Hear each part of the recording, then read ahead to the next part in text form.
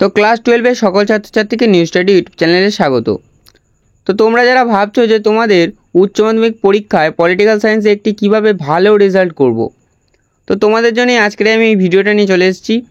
তোমাদের দ্বিতীয় অধ্যায় থেকে যে কটা এমসিকিউ এবং এসএকিউ প্রশ্ন গুরুত্বপূর্ণ ছিল সেই সবগুলো প্রশ্ন আমি তোমাদের সামনে তুলে ধরেছি। এখানের এক একটি প্রশ্ন তোমরা গুরুত্ব সহকারে পড়ে যাও। তোমাদের কথা দিচ্ছি আমি, তোমরা এখান থেকে অনেক প্রশ্নই কমন পাবে। তো বেশি দেরি না করে আজকের ভিডিওটা শুরু করা যাক। প্রথম প্রশ্ন, জোট নিরপেক্ষ আন্দোলন শুরু হয়েছিল কতজন সদস্য নিয়ে? 25 জন। 2. বান্দং সম্মেলন অনুষ্ঠিত হয় কবে? 1955 সালে। 3. মার্শাল পরিকল্পনা কোন বছর থেকে কার্যকর হয়? 1948 সাল থেকে। 4.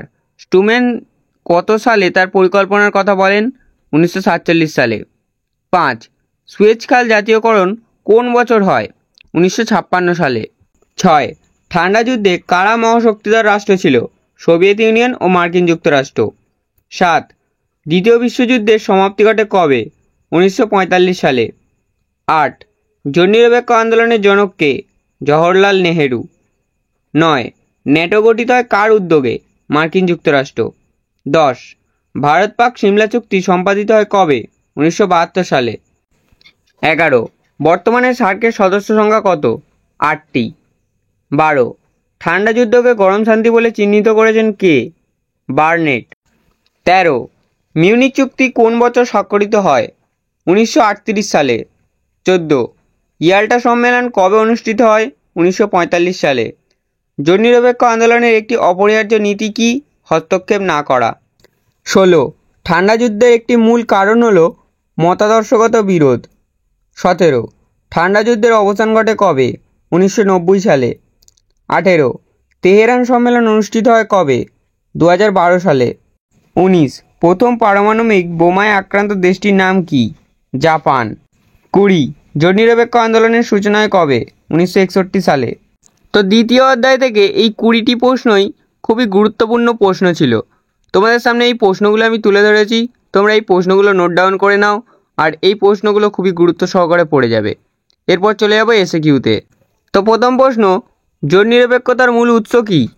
1955 সালে পঞ্চশীল নীতি হল জোট নিরপেক্ষতার মূল উৎস। 2. জর্জ মার্শাল কে ছিলেন? মার্কিন পররাষ্ট্র সচিব। 3. দেতাত কথার অর্থ কি? দেতাত কথার অর্থ পরস্পরের প্রতি অবিশ্বাসপূর্ণ সম্পর্ক সহজে গড়ে তোলা। 4. গ্লাসনস্ত বলতে কি বোঝো? গ্লাসনস্ত বলতে বোঝায় মুক্তমনা হওয়ার জন্য ব্যাপক গণতন্ত্রের প্রতিষ্ঠা। 5. ওয়ার্সা জোটের সচিবালয় কোথায় ছিল? মন্তেস্কোতে। কটি দেশ যোগদান করেছিল? 8টি। বর্তমানে জোট নিরপেক্ষ আন্দোলনের সদস্য কত? 120টি দেশ। 7. প্রথম বিশ্বযুদ্ধ কবে শুরু হয়েছিল? 1914 সালে 28 জুলাই। 8. ন্যাটো চুক্তি কবে স্বাক্ষরিত হয়? 1949 সালে 4 এপ্রিল। 9. মিত্রশক্তি কোন কোন দেশকে নিয়ে গড়ে উঠেছিল? ব্রিটেন, ফ্রান্স, আমেরিকা ও সোভিয়েত ইউনিয়ন। 10. অক্ষশক্তি কোন কোন দেশকে নিয়ে গড়ে উঠেছিল? জাপানি, ইতালি, জাপান ও স্পেন। 11. চার্চিল কোন সালে ফুলটন বক্তৃতা দিয়েছিলেন? চার্চিল 1946 সালে ফুলটন বক্তৃতা দিয়েছিলেন। 12. ফ্রিডম্যানের মতে ঠান্ডা লড়াই বলতে কী বোঝায়? গরম শান্তি। দাদাত কি? মার্কিন যুক্তরাষ্ট্র ও সোভিয়েত ইউনিয়নের মধ্যে পরস্পর দ্বন্দ্বের পরিবর্তে সহযোগিতার বাতাবরণ সৃষ্টিকে দাদাত বলে। 14. কিউবাতে কার নেতৃত্বে সমাজতন্ত্র প্রতিষ্ঠা হয়? ফিদেল কাস্ত্রোর নেতৃত্বে। 15. রাষ্ট্রপতি স্টুম্যানের পররাষ্ট্র সচিব কে ছিলেন? জর্জ সি মার্শাল ছিলেন স্টুম্যানের পররাষ্ট্র সচিব। তো তোমাদের দ্বিতীয় অধ্যায় থেকে যে কটা এমসিকিউ এবং যে কটা এসএকিউ প্রশ্ন তোমাদের সামনে তুলে ধরলাম, এই কটা প্রশ্ন তোমরা গুরুত্ব সহকারে পড়ে যাও। তোমাদের টেস্ট এবং ফাইনাল পরীক্ষায় তোমরা দ্বিতীয় অধ্যায় থেকে এখান থেকে অনেক প্রশ্নই কমন পেয়ে যাবে।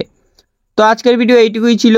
ভিডিওটা দেখে যদি তোমাদের কোনো উপকার হয়, ভিডিওটিতে একটি লাইক করে চ্যানেলটি নতুন হলে চ্যানেলটি সাবস্ক্রাইব করে দেবে। দেখা হচ্ছে পরের ভিডিওতে।